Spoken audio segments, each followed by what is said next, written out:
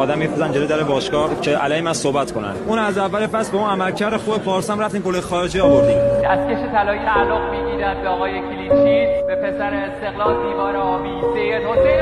الان هم هر اتفاقی میفته حسینی. آبروم از سر رو نمیبردم، شرفم از سر رو نمیبردم که بخوام اینجوری علی من این جو را بندازم بگن حسینی باندباز. خود مربی هیچ کس قبول نمیکرد که بیاد در مورد رامین باهاش صحبت کنه. از خود باشگاه بگی سرپرست بگی هیچ کس رو قبول نمیکرد در مورد رامین باهاش صحبت کنه. من خودم با اینکه ما با هم بحث شد ولی به خاطر منافع استقلال شب بازی با ملابان من خودم مربی کشیدم که گفتم آقا به خاطر شرط تیم رامین بازی کنه فردا. اگه به خاطر من آقا از حقم کوتاه میام اونجا استقلال منافع یه نفر نه باشه. نکته که روزایی که تو استقلال زحمت کشم عرق ریختم نون بازی خودم تلاش خودم بود خواست خدا.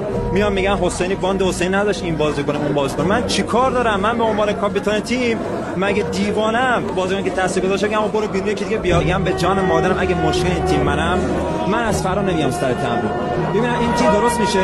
الان دوباره یه داستان دیگه درست کنم با 2 هفته دیگه 3 هفته دیگه هوادار اصلا با این راحت باور کنه.